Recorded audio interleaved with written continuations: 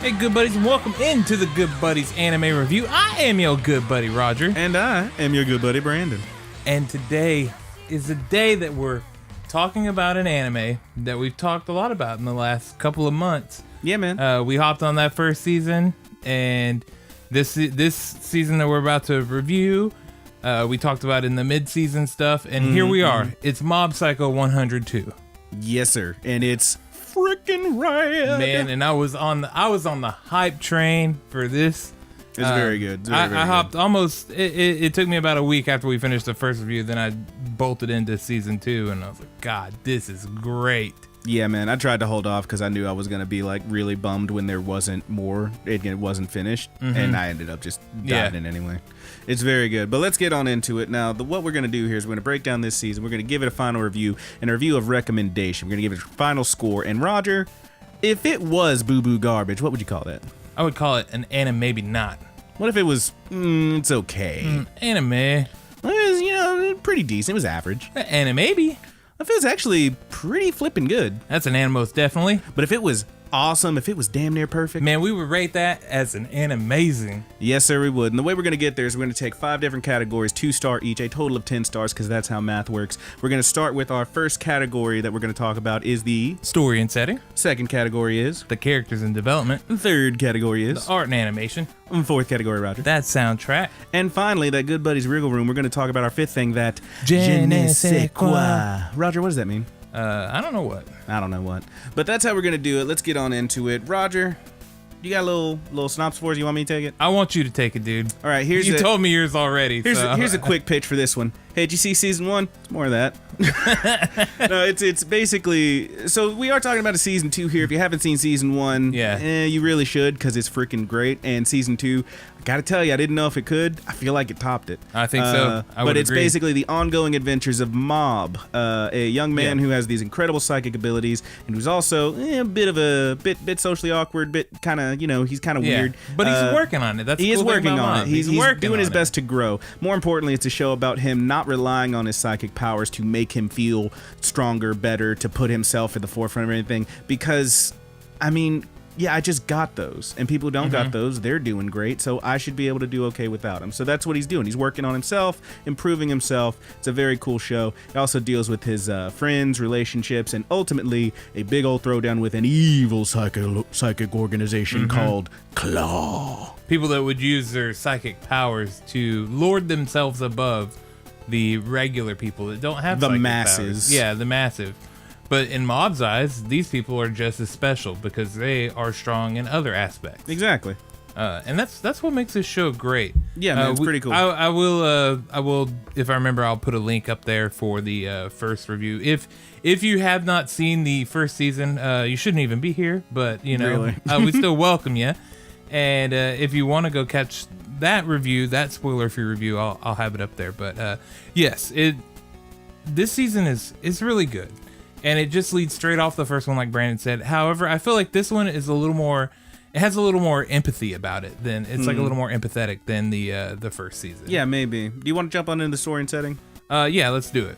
So, pretty much we gave you the basics, but I would say that like the first season, it starts out with a lot of like this simple kind of slice of life stuff, particularly the first couple episodes are just about Mob and him, living his life and whatnot without a whole bunch of stuff. There's also the occasional spirit job and whatnot, working with Reagan.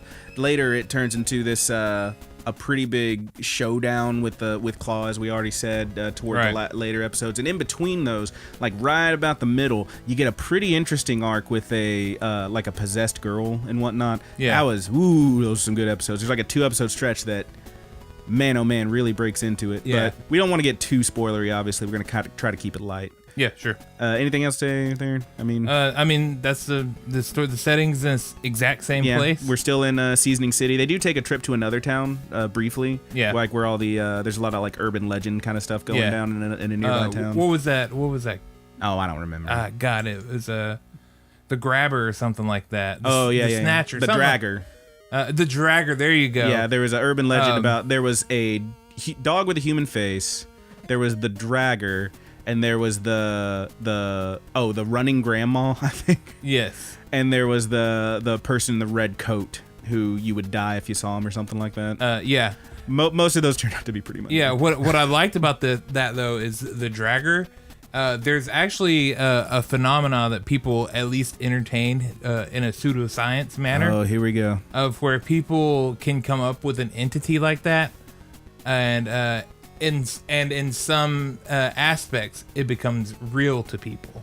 It's not necessarily real. Kind of the mass hysteria kind of thing. Yeah, kind of like Slender Man. It had, it wasn't real. It was totally made up, but it had an effect. And it did lead to those two girls stabbing the other girl. And there's actually a cryptid out there now called the Rake, I believe. And the Rake. Yes, the Rake, and it is this creepy little. Dude, you just gotta Google an image of it. I would rather not. Yeah, but that's another thing that nobody knows where it came from. It's just a mass. Is it a rake? It's not a rake. Is it when it's called? Is it rake like rake your eyes or rake your back? It's like Chupacabra-esque almost. All right. Why is it called the rake? But it's like bipedal. All right. All right. Well, this is a good enough time as any to plug our good buddies over at Hidden. You should check out their podcast. Yeah, maybe they'll do something on the rake. I'll try and drop that to them. Oh, I love those cats. But yeah, it's essentially something that people willed into existence, and now there's people searching for evidence that it might actually be some sort of cryptid. Now that's all pseudoscience, and it's probably mostly BS, but it is at the very least interesting, and they took that kind of approach with. I'm gonna tell Parker you said that. I'm gonna tell you said it was BS. Oh, I mean the rake probably is BS. All right, I ain't saying it's Bigfoot. All right, I ain't saying it's Nessie. Let's continue. Those are very real, sir. But yeah, as far as story and setting goes, it's pretty much the same as the first season, without getting too spoiler and whatnot. But let's move on to those characters and development. How you feel about them, Roger? I feel great about them. We actually progress further in development. Of course, there's I think the first kind of main arc there deals a little more with Reagan, because him and Mob have a bit of a falling out. Yeah, there's a couple episodes that kind of spoiler in it. So it focuses on Reagan and him trying to continue propelling himself forward as the business is starting to pick up. Yeah, but also him realizing, hey, Mob is, he's his own guy. Yeah, he's his own guy, but he's also, he's my pupil and my friend. And it's a really, really good uplifting arc. Yeah, there's a lot of really great stuff in here. And then of course, Shigeo is coming out in his own Mob. He's springing up there, man. Yeah, man. He's talking to more people. He's really working. He's improving on his body improvement club. He's moving forward. I love the body improvement club. Yeah, dude. They're basically just the best, like, kind of I don't want to say like Roman chorus or whatever, but they're just like this group that's there every now and then and they do shit. They're just basically perfect. Yeah, they are. They're a real great example for the young men, the youth of today. What makes them great too is typically people would see like bodybuilders and guys like that in high school. Like these big buff dudes would be like, oh man, that guy's probably a bully. Looks like he'd mess me up. Yeah. Douchebags, and they complete do care opposite. About it. They're just complete opposite. They're just such good guys. They're some of the most likable people in the freaking series. Such nice boys. And their silly haircuts. Yeah. Oh man. Yeah. All their delinquent haircuts. Oh yeah, they're great. They're so big, dude. But yeah, they're awesome. Shigeo is getting in with them. There's actually a marathon that he runs, and that is one of my favorite episodes in the whole series. Yeah. And there's just so much payoff in this one. Dimple is actually he's sticking by Bomb more and more and more. Dimple has some really cool moments in this show, in this season. You can tell that like it's going from in the first season when he was just trying to use him, basically. Yeah, trying to use him and get in good so maybe he can possess him, to where Dimple is more of a partner. He's sticking by him. And that's the cool thing about Mob. He wins people over like that because he's just so damn genuine. Yeah, there's several parts where it seems like stuff's going like really badly, and Dimple manages to be the one to like help out and snap Mob out of it. It's really cool. And then in this season, I would say there's a little less of Taruki and Ritsu, but we do get more of a character that is only there for just a little bit in the first season, and that is Shu Suzuki. He's the red-haired kid. He's the Claw leader's son. Yes. You see him for a bit toward the end of that one. You get a decent bit more with him here. Some good development. You really get his backstory and a little bit of his life going on. It's very fascinating stuff. I was really taken in by like how well they portray and develop these characters. The first season did it so well, and then this one just expands upon it. You see these people grow and change as they would, because most of them are children. And you grow and change when you're a freaking kid. You're learning who you are and how you want to be and how you want to interact with people. It's really well done. I will say, same complaint as last time. There's not as much stuff. Like, most of the female characters that show up are pretty much just there for a second. My muscly girl, who was part of Claw, their whole group at the end there, that one sector of it anyway, she does have, you actually get to see her in action, and boy oh boy, that's a hell of a fight scene. We'll get to that in art and animation. And I will say on that field, this season does, if not just a smidgen, a little more with a little bit more, but it's still like the first. I don't know. It just still seems like some of them are like, this one's just there to be like a goal or something rather than a character. And it's still very good. It's really hard for me to argue. And with I think we said in the does. first season too that is just kind of a very, very minor, like a minor nitpick. Yeah. And then the one last character I would like to mention is from in the new season is Shu Suzuki, the leader of Claw. Yeah. So we get into this guy. There is one more baddie, but we'll leave him there for you guys to go discover. He's pretty early on. He's actually part of that possession arc. But this guy is our big bad here, and he is the leader of Claw. He is extremely powerful. He is, of course, Shu's father, and there's like a certain lifelessness in his eyes. It's like it is just him, even though he has a bunch of underlings, and the way he manipulates, it's a very real form of manipulation and stuff that he uses. Very much so. There is one more character I'd like to talk about, which is I'm just getting the name here. Okay. He's one of the guys who is there's actually like two that I'd like to talk about, but one in particular I'm going to talk about. I know who you're about to mention. Yeah, one of the super high up guys in Claw. His name is Ryo Shimazaki. That's the guy. That's the dude who like has the blanked out eyes and whatnot. Yeah. Oh man. Yeah. My dude's too cool. He's basically like, it's the one where like if you're playing a game, you're watching anime, whatever you're watching, there's gonna be a guy you run into who's like damn near unbeatable, and like, how do you even deal with this? This your boy. Oh, that's a boss fight, and it's rad. It's a freaking gnarly boss fight too. Yeah. But yeah, the guy basically like just knows what's going to happen before it does. He can read you even though he's blind. He's got that whole thing going on, and man, oh man, he can also teleport. I mean, it's one of the coolest settings ever. Since we're talking about it, do you want to move on to our next thing, the art and animation? Because a lot of that is how rad these fights are. Yeah. Let's go right into it. I'll say, just talking about the fights, there's two big fights that really struck a chord with me. One is with that guy I was just talking about, Ryo. And it's interesting because while it is a bunch of psychic people jumping around and fighting each other, it's a fairly small scale compared to like the big fight with the Claw boss. And I feel like I don't think we're getting spoiler, because if you can't figure out that the organization they're gonna fight, then come on, it's a show. Yeah. But the fight with that guy with Ryo is one of the coolest things I've ever seen. Just the way that he's teleporting around. Without getting too spoilery, there's one bit in particular that really I still think about it, and it's so cool to me, where he's teleporting around, jumping around, beating the crap out of all these guys at once, and you cut to one character who is holding a gun, kind of shakily trying to track him, trying to get a bead on this guy as he pops around left, right, gone, he's over here, he's over there, and then you hear him right next to this guy. It's all first person when you're seeing that gun, and you hear a voice say, "Hey, are you gonna fire?" And he looks to the right, and he's right there. He just teleported right to him. Yeah. And just knocks him. It's one of the coolest things I've ever seen. And again, that's a relatively small scale, where they're jumping around on and through buildings compared to the final fight where they are hucking buildings. Yeah. But they are both masterfully done. The art is amazing. Yes, it's so good. Extremely flashy. Yes, it's very flashy. They blew the whole budget. Yeah, I would say this season is a little more expressive than the first season. Yes, too, very much so. Because they really go all out on the animation here. Yeah, they brought it back in big time. The colors, the movement, the way it flows, everything about it is just masterwork level. Yep, I loved it, dude. It's so good. It's so good. Those fights, all three fights, have their own feeling, and it all comes across super well, and it's super pleasing to look at, and also the feeling that the fights, you know, the very evocative. Whether it's the sorrow or the frantic nature or the like, you know, like this is an unwinnable situation. Whatever it's supposed to do, it exudes it very well.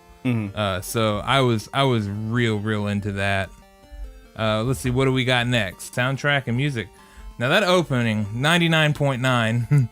Freaking great. It's so great. I would say, I mean, you know what my favorite this season is, but I'll call it my second favorite. That's not even playing around. I just really like the song from Love is War, but man, oh man, just everything about this opening rips. It's so good. I would say this is probably my second favorite too. Yeah, of course, your first one is from Domestic Girlfriend. Yeah, that song freaking kills, dude. You dink. The point is, everything about this one is amazing. There is every single thing that you're seeing, everything that happens is a reference to something in the show. Yeah, once again, it's by Mob Choir too, like the first season. Yes. It's called 99.9. It is awesome. It just rips so hard. There's constant references to not only the show but also animation in general. There's a really excellent breakdown video by Mother's Basement. You should check out. That's worth looking if you haven't. At. Yeah, because he goes through everything. I feel like he hits every nail right on the head. I don't feel like we're gonna do it any justice by trying to. So just check that out. It's great. Yeah, but like in terms of the music and the show and everything, it's quite well done. I will say I don't really remember most of the music from the show, which is probably good because that just means it did its job. I remember I remember some of the fight musics and stuff. They were awesome, dude. They kicked ass. Okay. There were some ripping guitars and stuff in there. I feel like most of those slipped by me, but probably because you're noticing the fight so much. Yeah. There, the background, the interstitial music is good, and the outro is good as well. But, the outro is quite good. It's real chill. None of it leads to what 99.9 does. Yeah, 99.9 is like kills, dude. The song's so amazing. The animation for it, just the whole package of that opening is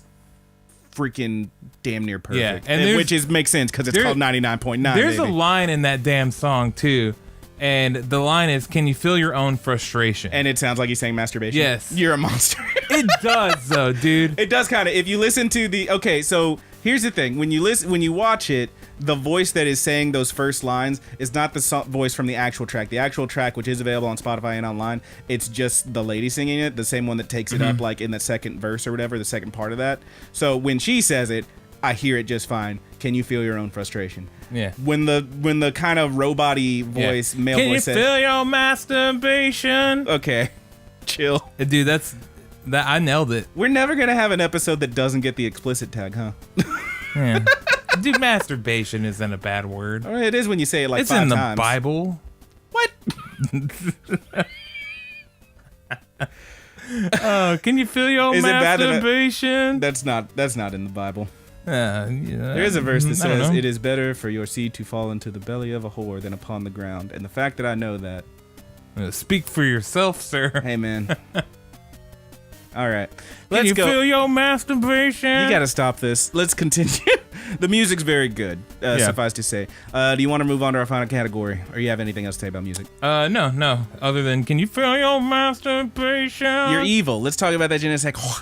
The je ne sais quoi. How'd you feel about it, man? I loved it. You know, I thought from the first season, we didn't really we did get different things. It was a continuing story from the first one, and you got more of the same, but the same is so damn good. Yeah, I would say it had a lot of the same, but it also expounded upon it in a way that I didn't really foresee. And and like if from the first season you thought that you couldn't love Mob anymore, well, get ready for the second season. It's very well done. Even in the very first episode, his level of respect and kindness and understanding that he shows other people, even when they're doing him kind of dirty. Yeah. Even when they do him kind of dirty, he's, you know, his level of forgiveness and trying to be like, hey, I still, you know, like, I understand that you were in this situation. I still be your friend, and I still want to help you, and I still believe in you. You know, my guy Mob here reminds me a lot of my good buddy Roger, because he's just a good dude. Yeah, just a good dude. I thought you were going to go with Jesus, but... Wow. I'm going to compare this cartoon to Jesus. No, this is actually, I don't know if you remember this. This is the thing I've always said about my buddy Roger. This is the thing I've always said about my buddy Roger, and I'll say the same thing about Mob. Is sometimes you meet someone and you think, oh, this guy's nice, or this guy's smart, or this guy's cool, whatever. You might have these words to describe someone, and everyone's a lot of different things, but the first thing you think about someone might be, oh, they're very, you know, ingenious, they're very clever, whatever. Mm-hmm. My good buddy Mob, just like my good buddy Roger, the first thing I think when I think about him is, that's a good guy. Oh, thank you, buddy. Yeah. Thank you. Love you, bud. Thanks, man. But I'd say the same thing for Mob, and the same thing, I mean, I said this about, what I wrote down for the je ne sais quoi on this one was I just said it's just great. It's got style, it's got substance, it's got a lot of heart and soul. It's hard to put down. It's going to be hard to wait for a third season. It is the total package. It sure freaking is. And I think at least, I don't know your score. I imagine it's high. It's pretty high. I know that my score is going to reflect it. All right. Well, do you want to get into those scores now? Yeah, let's hop into the scores. All right. So what did you give it for the story and setting? I gave it 2 points. I gave it a solid 2. How about the characters in development? 2 points. Also 2. How about the art and animation? 2 points. Solid 2. We're tied up. How about the soundtrack and music? 1.5. Also 1.5. I had to go there as well. And the je ne sais quoi? 2 points. I went a 1.5 on that one. Okay. You got a half point on me, bud. But okay. I think that puts you at a total of 9.5. Yeah, and that puts you at a 9. That puts me at a 9. So that was about, if you could, you'd put a 0.9 in there just to say it's 99.9. Yeah, huh? Oh, damn it. I should have thought about that. You should have thought about it. You fool. But yeah, it's very good. Yeah, that's an amazing from both of us. Yeah, man. This anime, I cannot recommend it enough. I can't stress how good it is. And that's what's kind of fun about doing these style of reviews, is that it all builds on recommendations. Yeah. And like that, ultimately that's the thing. I can't think of a single person that wants to watch some anime that I couldn't recommend Mob Psycho to. Yeah, I think it's one of those things that, like, if you haven't seen it, you really need to jump on this train. It's just that good. So damn good. And like I've said before, like, you know, if there's a show that's been out a while or whatever, and it's so many episodes, it's got to be amazing for me to get on it. This one's like, what, 25 right now, 26, something like that total. That is not a long walk. 25 plus an OVA. Yeah. And there's an OVA coming. Yes. That is not a long walk to get into this one, and it is more than worth taking. It's just that good. It really is. You'll blow through it freaking fast. Yeah, man. You might watch it more than once. I actually imagine that a lot of people are. Yeah. I know that I will be checking out again, especially when that third season starts getting close. I'm gonna pile all the way back through.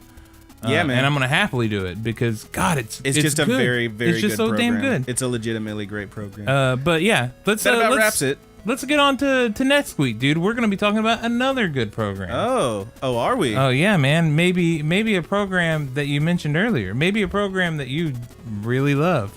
Oh yeah. Yeah, But do I love Is War It? You love Is War, dude. Okay. We're reviewing Kaguya-sama Love Is War. Just wrapped like a week or two ago. I've said it before, I'll say it again. Despite the 9 points I just gave this one, that was my personal favorite this past season. Is Kaguya-sama Love Is War. I'm really hyped to talk about it. Well, I'm dude, probably gonna rewatch it. Just it's that's so good. super exciting because the week after that, we're gonna talk about my favorite anime of the season. What's that? Domestic Girlfriend. You're evil. All right, so next week we are talking about Kaguya-sama Love Is War. Check it out if you haven't already. It's quite good. Short little segments for each episode. It's very, very fun. I'm gonna have a good time with that one, and then Roger will have a great time after that one with the next one. Yep. But beyond that, we love you. Thanks for watching. Smash that like button, subscribe, click that bell so we can ding your dong, and check out the links in the description below. Yeah. Am I nailing it? Leave us a comment. Leave us a question in the comment. Let us know what you thought about the show. Oh, absolutely. Those comments are really important to us. So if you good buddies are listening to this and y'all made it this far, thank you. And be sure to talk to us. Also, we have some kind of bigger updates coming for y'all in the future, so be on the look for that. Would you call it spring cleaning? Yeah, I would. Yeah, we're We're gonna tidying up a bit, and We're gonna it's tidy up a bit. There might be a couple changes on the YouTube channel. I think the podcast is gonna remain pretty much the same. Yes, it will. Which if this you're will all listening be to the YouTube related. If you are listening to the podcast, by all means, click 5 stars and leave us a review. We'd appreciate it. But yeah, we'll get more into that later. And you guys take it easy. You gals take it easy. I really appreciate everybody for hanging out with us. Yeah, and man. we'll see you on the next one. And Kaguya-sama Love is War. Bye bye. Goodbye.